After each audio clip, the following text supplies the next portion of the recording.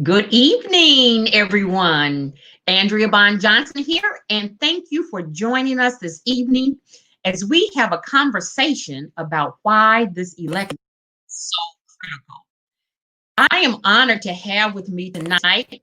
He will be joining us in just a moment, but I'm honored to have with me tonight someone that I have a great deal of admiration, Mayor Craig Fitzhugh. Mayor Fitzhugh was born in Brownsville and raised in Ripley, where he attended school and graduated from Ripley High School. After graduating from both UT Knoxville and UT Knoxville Law School, Mayor Fitzhugh served 4 years active duty in the Air Force as a captain in the Judge's Advocate General Corps. He then returned to Ripley, where he practiced law before joining the Bank of Ripley, where he currently serves as CEO. After serving as municipal judge for the city of Gates from 1990 to 1992, Mayor Fitzhugh was elected to the Tennessee House in 1994, taking office in 1995. He served in that position until 2019, representing the 82nd District. He was elected by the Democratic caucus to serve as House Minority Leader in December of 2010, and prior to that, served as the chairman of the House Finance, Ways, and Means Committee. During his tenure in the legislature, Mayor Fitzhugh was known both for his detailed knowledge of the state's budget and for his ability to work across the aisle to get important legislation passed. As a legislator, he was a champion for public education and healthcare, leading the fight for Medicaid expansion. He successfully ran for mayor of Ripley this August, following in his father and grandfather's footsteps. A true public servant, and statesman, it's my pleasure to welcome Mayor Craig Fitzhugh, who will be joining us in just a few minutes. We appreciate so much Mayor Fitzhugh being such a friend to our campaign. We just don't know how to say thank you enough. He's such a great inspiration, and we just look forward to working with him and getting his wonderful advice in the future. So we're going to talk with Mayor Fitzhugh when he comes on about why this election is so critical. And I want to talk just for a few minutes about why I feel this election is so critical. One of the reasons that I got in this race is because of the lack of the Medicaid expansion. As many of you know, I am in the insurance industry, and I have clients that I help to find health insurance for. And one lady in particular came to me many years ago needing health insurance, and she could not afford it. She worked for an elderly couple where she would sit and she was their caretaker. Well, I told her, please come back later because President Obama is coming out with the Affordable Care Act and you should be able to get coverage. And when she did come back a year or so later, we went through the entire application, and it's all based on income. And because of her income level, it said that you qualify for Medicaid. But the state of Tennessee did not accept the federal funds to expand Medicaid, so therefore we are unable to offer you health coverage at this time. So she and I both were devastated. And the only thing I could think of was our current legislature decided to put politics over people's lives. And I thought it was so unfair. And she asked me, Andrea, what can I do at this time? And I said, it's not going to help you today, but what you can do, you can vote. You vote for people who will have your best interest at heart, and vote for people who would put people over politics. And at that moment, I was so upset and inspired to run and represent people just like my client who felt like their lives didn't matter. They were not comfortable with speaking up and speaking out for themselves. They needed someone else sitting at the table in Nashville to speak up and speak out for them. And when I said, if Mayor Fitzhugh ever decides to retire from being a state representative, I was going to seek that office. And that's what I did. 2 years ago, I ran for state representative and we fell short, but we are trying again. We believe that the people need a good voice in Nashville. We must break the super majority because you got to have a good balance in Nashville because we have to represent all the people, not just the people who voted for you, but everyone. So I'm excited about this wonderful opportunity. And as we know, early voting has started. Early voting started on yesterday. So I have already gone to vote, and I hope you all have a voting plan ready for this election. This election is so critical, so important. We just cannot put it off. We have to put it on our calendars. We have to have our plan together. We have to say, okay, I'm going on Friday at 2 o'clock, and this is how I'm getting there. And be prepared, everyone, for long lines. We have seen so many unprecedented lines at this time because I think people are ready for a change. And in Haywood County today, as my team and I stood outside in the rain, holding up our signs, people did not get out of line when it started raining. People are determined. They know how important this election is. And they did not get out of line. And I know the polls in Haywood County will be open until 7 p.m. tonight and tomorrow, Friday, from 1 until 4, I believe, tomorrow. So I hope everybody will come out and vote like our lives depend on it. It is so important that we make this happen. And I'm sorry, I need to make that correction. On Friday in Haywood County, it's from 9 a.m. until 1 p.m. 9 until 1 in Haywood County. We have different hours for different days. It gets a little confusing, but we will always announce it on our site. So if you get confused, we will let you know about Haywood, Crockett, and Lauderdale County hours. Okay. So I hope that you guys have a plan. And the reason I want to encourage you to early vote is because you just never know what may happen on November the 3rd. So people that put off yesterday said, oh, I'll just go tomorrow, which is today, and it started raining. And now a lot of people didn't want to stand in the rain. So now what's going to happen on November the 3rd if it's raining? Are you going to feel like standing in the rain? Do you think it's going to be worth it? I sure hope so.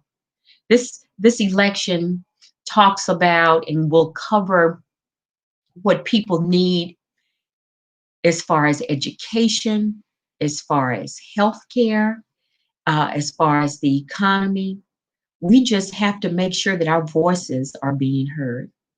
I'd also like to talk to you for a few minutes about why I support public education and what I mean when I say I support public education.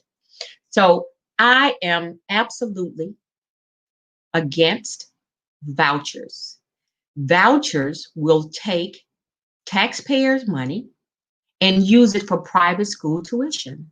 I am absolutely against that. That is not right. I also believe we need to fully fund our public schools.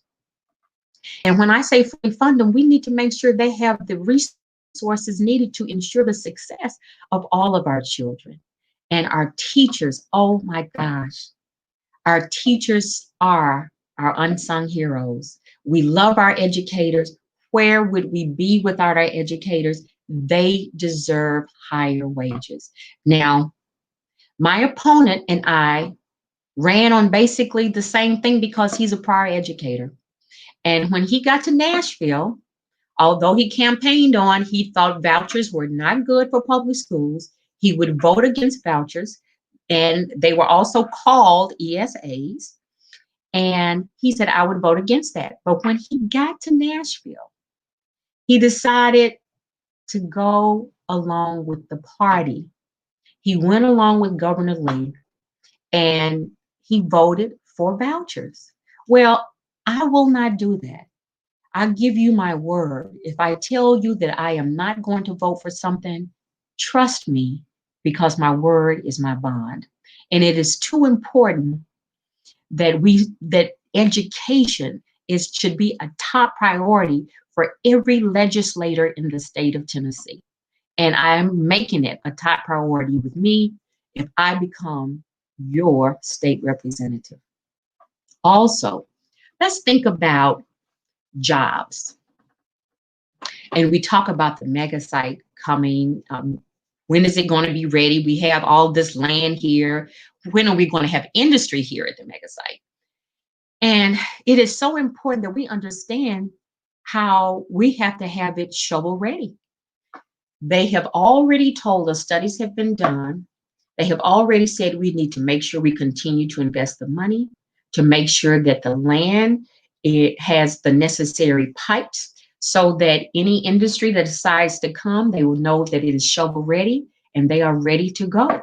And we had so much hope when we finally got the mega site together. And we still have hope. We're not giving up. It has been years, and we have been waiting for years for something extraordinary to happen, I guess, extraordinary to happen. But let me tell you, we just cannot give up. We must be hopeful, remain hopeful, and know that one day, we don't know who it will be, but one day something will happen at our mega site and will bring plenty of good paying jobs to our area. And with that, also, it should help our schools and it should help our healthcare institutions. We need more healthcare facilities in Haywood County and in Crockett County, and we need to make sure that Lauderdale County's hospital is still going to be, a viable place and that it has the resources it needs to satisfy the citizens of that area. So we are here this evening and we are still waiting on Mayor Fitzhugh. I want to, while we're still waiting on Mayor Fitzhugh, let me just also talk about COVID-19 and how I feel it has been treated, not only in the United States, but how it's been treated in the state of Tennessee. My parents, my brother, and my son all had COVID-19. And one night, my mom passed out. We did not know she had COVID. Her caregivers, we knew had COVID, and they were not there with her. And I and my son, we moved in to the house with them to help care for them. And my mom passed out one night. And prior to passing out, she says, I think something is wrong with my heart. So when she says that, I'm thinking maybe she's having a heart attack. I didn't know. All I know, I called 911. Called 911, they came and they said, we don't like the way your mom is looking. She needs to be airlifted to whatever hospital we're going to get her to. I said, airlifted? I said, where are you taking her? They said, Jackson, Tennessee. And that's exactly what they did. And as I was thinking, I wish we still had our hospital in Brownsville. But, with us not expanding Medicaid, so many hospitals in Tennessee have closed because of that. But that is such a life-saving institution, and we need to make sure we have emergency facilities around for our citizens. But anyway, my mom went to Jackson, and they would not let me in. They said, has she been tested for COVID? I said, well, she's been tested, but we don't have the results back. They said, well, you can't come in. And so I was so hurt because my mom passed out, and I was thinking when she wakes up, she won't know where she is. She will not know what happened. And they said, well, listen, sorry, but these are the rules, and I abide by the rules. So I waited, went home. They called me later, maybe 3:00 in the morning, and said, yeah, your mom does have COVID. And all I could think about was mask, people wearing masks, and how that could have possibly prevented her from getting it. I don't know exactly how she got it, but she was not leaving home. So someone had to bring it in the house that maybe did not wear their mask appropriately. It is so serious that our leaders lead by example. We've had all of the experts, the doctors, and the scientists to say the mask will slow the spread. So why not just do that? It will protect our fellow man. This is not something that's political. These are lives, these are human beings that are being affected. And when you wear your mask, you are respecting and trying to protect the people around you. I don't understand how it has gotten to be such a political situation where I'm not wearing it and the president seems to have a problem with wearing it. I don't understand that either, but please wear your mask. It can save lives. If we all just try to wear our mask for an extended period of time, I believe we can actually slow the spread of COVID-19. We have lost so many people to COVID-19. And I think about a dear friend of mine who lost her life, and she leaves behind two children. And she just turned 50 years old. She celebrated her 50th birthday in ICU. And she had planned for her 50th birthday for over a year, and she was not able to enjoy it. She died several days after her 50th birthday. And I think about how people will say it's a hoax, that is not true. Well, it isn't a hoax.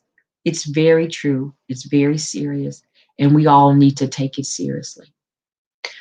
Um, our doctors will tell you that they are still learning about this virus. I had no idea that my son could get it twice. And we don't know the lasting and long term effects of this virus. My son is still experiencing a lot of headaches. My parents are still suffering from a lot of fatigue. I've heard of blood clots that people have developed. It is no joke. We have to remain prayerful and remindful of our fellow neighbors that we must protect each other. And I just want to say, I don't know if Craig is here yet or not. And I don't think he has joined us, but I am enjoying talking to you all. If you all have any questions for me tonight, make sure you shoot them to us, and I will try to answer them. So let's see what else is going on. Listen, I am tired of the bickering between the parties. Are you all tired of this as I am? Don't you wish we could sometimes just say, listen, let's just have a conversation about what we have in common with our different legislators? It shouldn't be about Democrat and Republican. As I've said, once I'm elected, I will be your representative for all people. I don't care if you are a Democrat or a Republican or an independent, or even if you didn't vote, which I hope you just please exercise your right to vote, but I will be your representative. And we have to try to have civility among us and just do the right thing by people. The people are sending us there to represent them. We know their needs. We know that we have 300,000 Tennesseans without health care at this moment. And a pandemic is currently here that's running rampant through the state of Tennessee. We have lost so many lives, and we have people that qualify for Medicaid, and yet our representatives will not accept the federal funds to expand Medicaid. Now, this to me also is a moral issue. Aren't we supposed to look out for the least of these and love thy neighbor? I think we need to be mindful of that when we get to Nashville. But there, by the grace of God, go I. I often think about that. You never know what somebody else is going through. You never know the condition that somebody else is in. You may see your good friend who's always smiling, dressing nice, doing well, but they may not have any health insurance. None. And we need to be able to help our fellow man. I think healthcare should be affordable. I think it should be quality healthcare. And I think it should be a right and not a privilege. And we have to think about legislators and all of our representatives that are voting on if they want to expand Medicaid or not. And we have to think about the fact that legislators, they have health insurance. So just I want us to make sure we can put ourselves in their shoes and just think about what it would be like if you did not have health insurance. And I think it looks like we may be joined by the one and only Craig Fitzhugh. How are you? How are you, sir? I'm much better now. I had a little crisis on the computer side, but anyway, Fitzgerald helped me out, and we're here. And I'm certainly sorry for the long delay that I put us through. Well, listen, and that is fine, Mayor Fitzhugh. You are the mayor. We were glad to wait on you. And once again, we just want to thank you so much for being here with us tonight and being a friend to my campaign. So we want to get started. And would you have a few words you'd like to say? No, let's just get right into it since I was a bit late. How does that sound? That sounds fine. That sounds fine. Okay, so let's see. Now that you are the mayor and you have someone by the name of Andrea Johnson running for state representative for House District 82, tell me just how do you feel about this young lady running for this seat? Well, of course, I know you well, and when I decided not to run again, you were ran a good primary and a good general election last time for the 82nd seat. Mm-hmm. You were not successful from the voting standpoint, but Mm-hmm. you were successful as a candidate. And I'll just say this and say it publicly that you have grown so much from your ability to know the issues and understand the issues from 2 years ago to now. I think I told your campaign manager that, and I told you that you really have a good feel for this district, for the issues especially. And this is an issues campaign. This is not a personality campaign. I think you and your opponent are running a very good race, and you're very cordial to each other. And I like your opponent. He lives in the county that I live in, and he's a good young man. But I think this is an issue campaign, and I think you're the candidate that can take the issues that are important to me, my family, to Ripley, to Lauderdale County, to Crockett County, to Haywood County, to the state of Tennessee, and move them forward best. So that's why I'm so pleased that you're coming back, and you're coming back with as a veteran now, and you're coming back with a candidate that really has an opportunity here. So welcome to the 82nd again, and the best to you. Well, thank you so very much. So we're getting ready to talk about why this election is so critical. Good. Now, you represented the 82nd District in the State House for over 2 decades. Can you talk a little bit about how you saw things change over the time you were there? Well, I guess the biggest thing would be that the political landscape changed. Of course, as a Democrat, as a West Tennessean, most especially, we have lost some of our ability to govern over here in this side of the state, and it has hurt us economically. It has hurt us educationally, and it's hurt us from a medical care standpoint. Those are the big issues that we have now.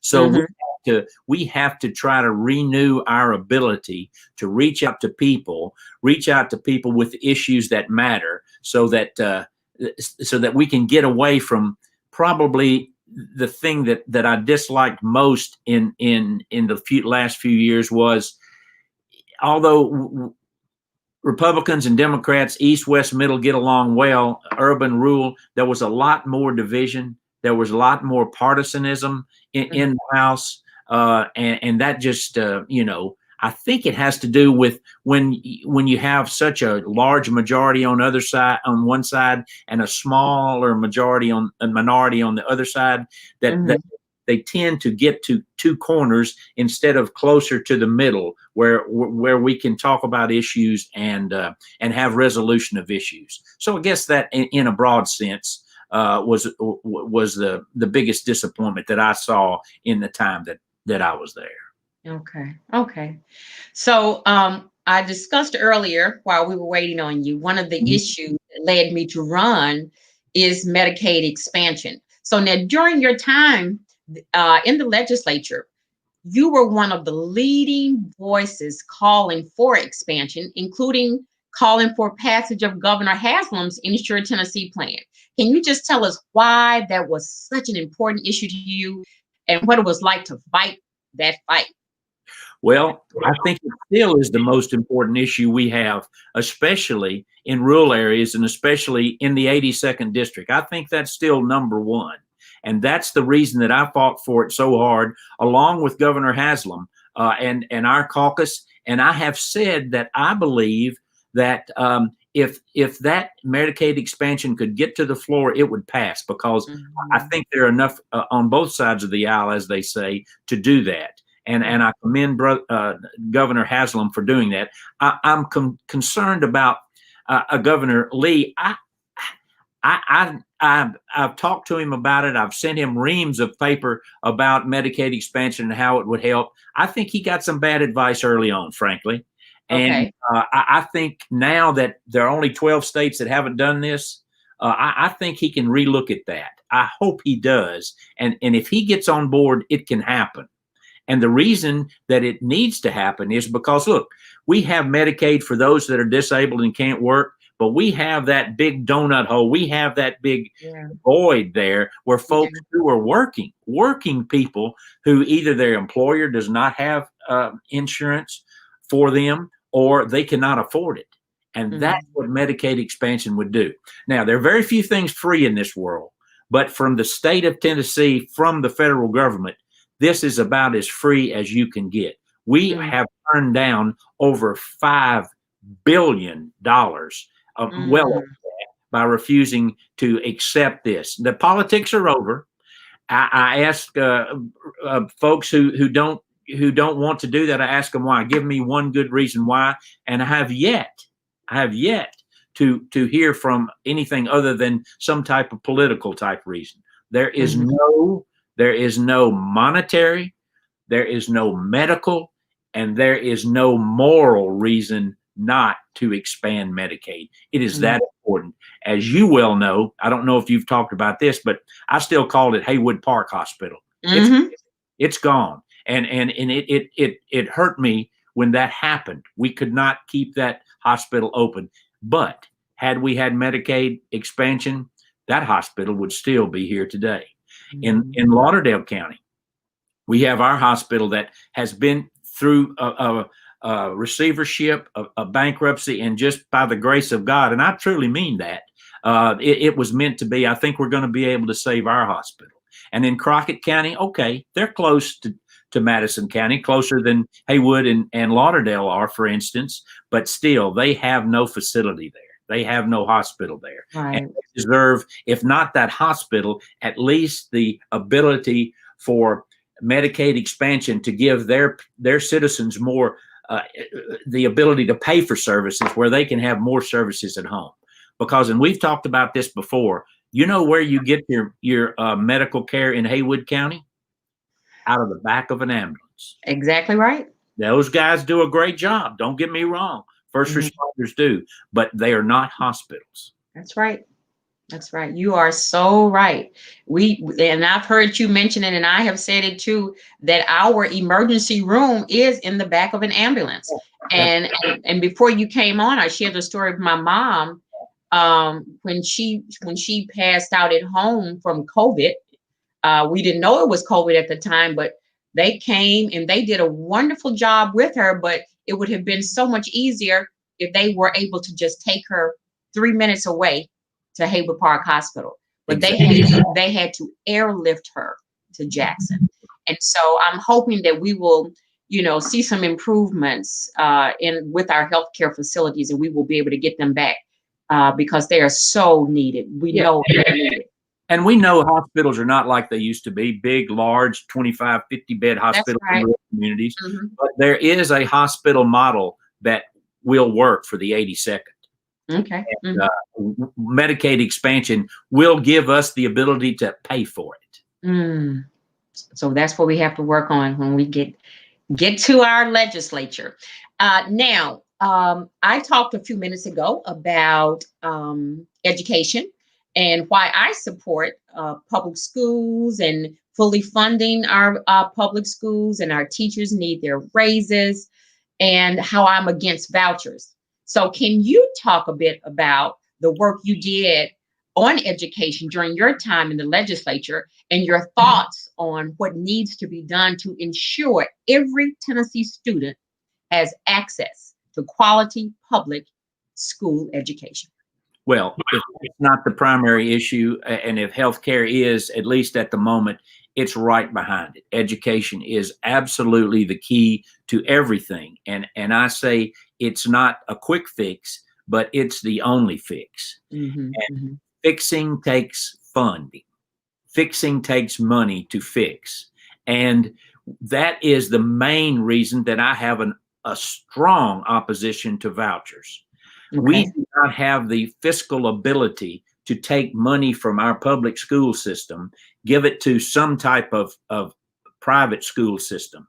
It doesn't help that private school system, and it certainly doesn't help the public school system. We are just starving both, trying to give that student a private education, which they can't get for the kind of money that that the voucher wants to put in. So instead, what did happen? A bill passed that would single out 2 counties, and and for some reason, some legislators decided they don't want vouchers, so they're going to vote for it for Shelby County and Davidson County. Well, there's no logic there. So that bill, by golly, it passed. It passed by one vote, one vote. Now, it was declared unconstitutional, which was pretty easy to declare that. But the situation is this: that the governor, that was his crowning legislation in his first term, in his first 2 years. Mm-hmm. So it's coming back, and it's coming to every county this time. Yeah, yeah. So I'm sorry. If it passes, so that is the reason that that opposition to vouchers and support for public schools is so very important. We have a good public school system in the 82nd district. I know it well. I believe it. I was educated in it years ago, but my children were as well, and my wife was as well. And it is something about public education that is a rounding thing. It makes a child well-rounded to associate with folks who may not live right next door to them, or have different socioeconomic ability, different types of things. We all know that, but we've got to make it very strong, because education is the key to economic success. Education is the key to physical success. Education is the key to rural areas, and we cannot stop. We must move forward. Now, there's some changes that need to be made. Sure. The PPP is a little long in the tooth, and we as rural communities want more funding. Well, the more populated communities want more funding too. There's some things that we ought to be working on that can improve public education rather than just pulling the plug on a big portion of it through vouchers. Yes, well, I agree. And as you know, my opponent and I both ran on that. We would not support vouchers. And when he went to Nashville, he voted for vouchers. And when you mentioned it passed by one vote, well, votes matter. And he voted and it passed. And so I'm just hoping that we can have that matter resolved when I am in Nashville. Well, So, go ahead. frankly, that the governor don't let him change his position on a voucher just because it has more counties in it next time. But if he's reelected, that issue could be a one vote thing again. It certainly very well could be. Okay. From polling data and from conversations I've had with folks in the communities, many people in the district feel that their income is falling behind the cost of living and that the overall quality of life in our community has either not improved or has gotten worse. And we know that far too many hardworking folks are struggling to provide for their families. They don't want a handout. They just want a hand up. And we need more good jobs in District 82 that pay a livable wage and that will provide more support for our working families. Support like more affordable child care options, affordable, accessible workforce development programs to train folks for better paying jobs. And I think that the legislature can help with these things through incentives, grants, and other actions that stimulate economic development. Mayor Fitzhugh, can you talk about the work you did in the legislature around some of these issues and policies that can bring these programs and jobs to the 82nd District and other rural communities? Well, yes. First thing I'll say is that I think we are going to see some opportunities in rural Tennessee as a result of COVID that people may be thinking, well, I may want to get out of the cities that shut down and have so much turmoil when we have, not that we don't, but in a pandemic. So I think we're going to see some opportunities in the 82nd District to bring people in, and they want to come in with good jobs, for good jobs. I jump back to what we've done, or what I had some part of doing is for instance, our TCATs. We have the TCAT in Ripley. We have a TCAT that comes out of Covington and Ripley and Newbern. And then in Brownsville, we have a TCAT that comes out of Whiteville. And in Crockett County, we have a TCAT that comes from Ripley. In other words, we've got that TCAT, which is the Tennessee Colleges of Applied Technology, that are doing wonderful things. They are giving those skills that folks need to get those really good jobs. We also have higher education that's without peer in rural West Tennessee, with our private colleges, with our public colleges, and with our centers that are located within the district, that people can actually get not only associate degrees, but graduate degrees, undergraduate degrees, and graduate degrees. So they continue that education. And that's important.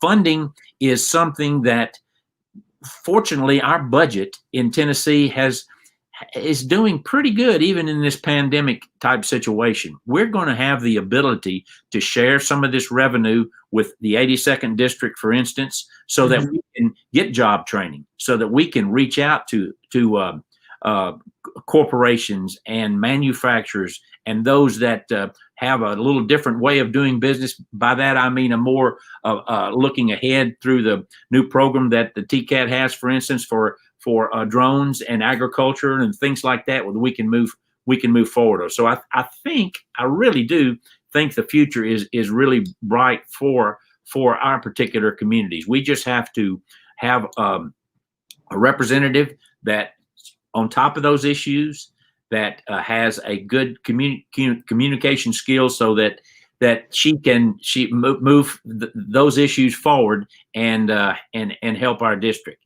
It's certainly important that we have not only jobs, but good jobs, and that goes to the mega site. We need to put emphasis every single day on that mega site. It will not only bring it jobs in Haywood County, but in every county within 60 miles. If not that plant itself, whatever it might be, the satellite jobs that it brings. So I hope that the legislature will reemphasize the Memphis or the West Tennessee megasite. Yeah, I agree. Well, we are remaining hopeful. We have been waiting on that for so many years, and we're not giving up. So we're just going to keep our fingers crossed, and we hope one day we're going to see it to fruition. Let's talk about COVID-19. Now, we know everyone's quality of life has been impacted in some way by COVID, especially here in the 82nd district, and we've experienced some of the worst transmission rates in the entire state. And as you know, we've lost a number of very prominent members of our community. My family was hit hard. My mom and dad, my brother and son who had it twice. So this is very personal to me. And it's frustrating when we see elected leaders who should be role models, in my opinion, being dismissive of the virus, or even worse, just being reckless by not wearing masks or publicly questioning their effectiveness, or not listening to public health experts who say that masks are our very best line of defense and our only chance to slow the transmission rates until we have a safe vaccine. And, we all want to get back to normal. I definitely want to get back to normal. I miss going to the movies, okay? And especially small businesses that have been hit so hard, and many folks who've lost their jobs and are still waiting on their unemployment benefits. And I believe public health is the key to recovery. And we need to listen to our experts and follow the science. Now, my opponent has said that he thinks Tennessee's COVID response has been good, but I don't see it that way. And as mayor, how do you feel that the state and the local leaders could do a better job working together to keep communities safe? Well, I don't see how I could talk about that issue any better than you just did. You have your hands around that issue, and it's all about leadership. It's all about from the very top on down. Now, we can ask folks to do things, but we need to put that ask on top of evidence, like the scientific community, the medical community, and not just some type of, well, it's going to go away magically one day. We know practically that that's not going to happen. And I tell you what, my daughter and son-in-law had it. The longest serving alderman in the city of Ripley just won re-election and didn't even get sworn in. He succumbed to COVID-19. It is real. Today, and I wrote this down, we had 2,289 new cases in Tennessee. It's going the wrong way. These are real. These are real cases, and we really don't know the consequences if you're fortunate enough to have it and get through it and think you're okay. We don't know, we just don't know, but we do know that you need, as a leader, to set the example, wearing that mask, watching your distance, and washing your hands. That's not hard to ask. What's the downside to it? It shouldn't be a political thing, but it's turned into one. This last legislature even passed a resolution that said this was, going too far on this COVID-19. That obviously was not something that the Tennessee legislature ought to be proud of, to do something like that. It's still here and it's still roaring. So we just need to say, this is what the experts tell us to do. This is what my doctor tells me to do. This is what somebody who's had it and can profess how it makes them feel and their family. It's as important right now. And look, wouldn't Medicaid expansion help the situation for people? It says that rural area folks have a much greater degree of maybe even succumbing through death to this.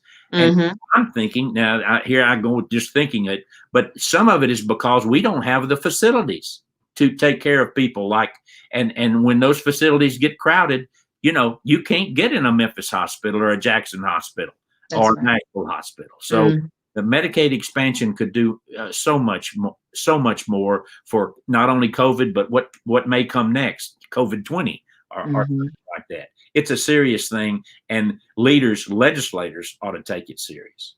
Absolutely. And you mentioned about, so for instance, Jackson General was becoming overwhelmed with all of the extra people that had to come from COVID. And I remember when my mom, she had to spend time in a skilled nursing facility in Dyersburg after she left Jackson General. And then she became ill again, came down with pneumonia. And they left her in the emergency room all night in Dyersburg because Jackson was full and Dyersburg was full. They did not have beds. So, and I just hated, they wouldn't let me see her. I drove to Dyersburg. They wouldn't let me see her. And I'm just, people, I think, don't really understand until you walk in somebody else's shoes. But, you hear about it and you have to have some compassion. You have to have common sense, and you have to understand that just because it hasn't hit you directly or your family members, others are still suffering. And we just need to make sure we're being and acting responsibly. So, Mayor Fitzhugh, I appreciate you joining me this evening. And I'm sorry you had technical difficulties getting on with me tonight. It was a problem. I didn't. Okay. Well, listen, we're just delighted to have you. And before we close, I'm just going to let you, if you have any final remarks you'd like to say before we close out tonight. Well, I do. And as I started off with, I want to compliment you, and I want to compliment your opponent on the kind of race that you've run so far. I think it's great in the 82nd district to have a race like this. But this is an issue-oriented race. The issues that you brought up are the key issues. And I've gotten mailings from your opponent. The issues that he talks about are not the same ones. They don't seem to me to be directed at the things that are most important to most Tennesseans and, frankly, most people in the 82nd district. So issues are what legislators pass laws on and how they base their laws. So I think you have a great handle on the issues. I am glad to see that people are voting early already. I've long been worried about the voter response in our country, and especially our state. I think maybe we're not 48th anymore. Maybe we've jumped to 47th, and I know we're in the low 40s as far as participation, and that doesn't need to happen. It really doesn't, and I just want to say that this is a great district that you want to represent, and I think you will do a great job. And I look forward to the future of the Tennessee legislature. I look forward to the future of our state. I look forward to the future of our country. Sometimes it's hard to be optimistic in times like these, but we have to be. We have to stay. We have to stay that way. So thank you for allowing me. I've only been mayor for a little over a month now, but I can readily see that those issues are issues for the town that I'm mayor of. And I suspect they're in the rest of the towns in your district and the rest of the communities. So you got it. You got your eyes on the right issues. Okay. Well, thank you, Mayor. And I hope and pray that I will be able to work with you in the near future to help solve some of these issues. And you mentioned my opponent and the mailers that are coming out. And I remember one specifically that said he was pro-life, pro-guns, and pro-Trump. Well, I am pro-public education. I am pro-healthcare for all. And I am pro the people in the great district of 82. So I just want people to understand that we need to listen to all of the issues and be focused on what will really make us better as a district. Well, listen, I'm going to say good night to everybody, and just please remember that early voting has started and it will end on October the 29th. Election day is November the 3rd. Let's all go have a voting plan and vote like our lives depend on it, because it does. Thank you all so much for being with us tonight. Have a good rest of the evening. Thank you. Thank you.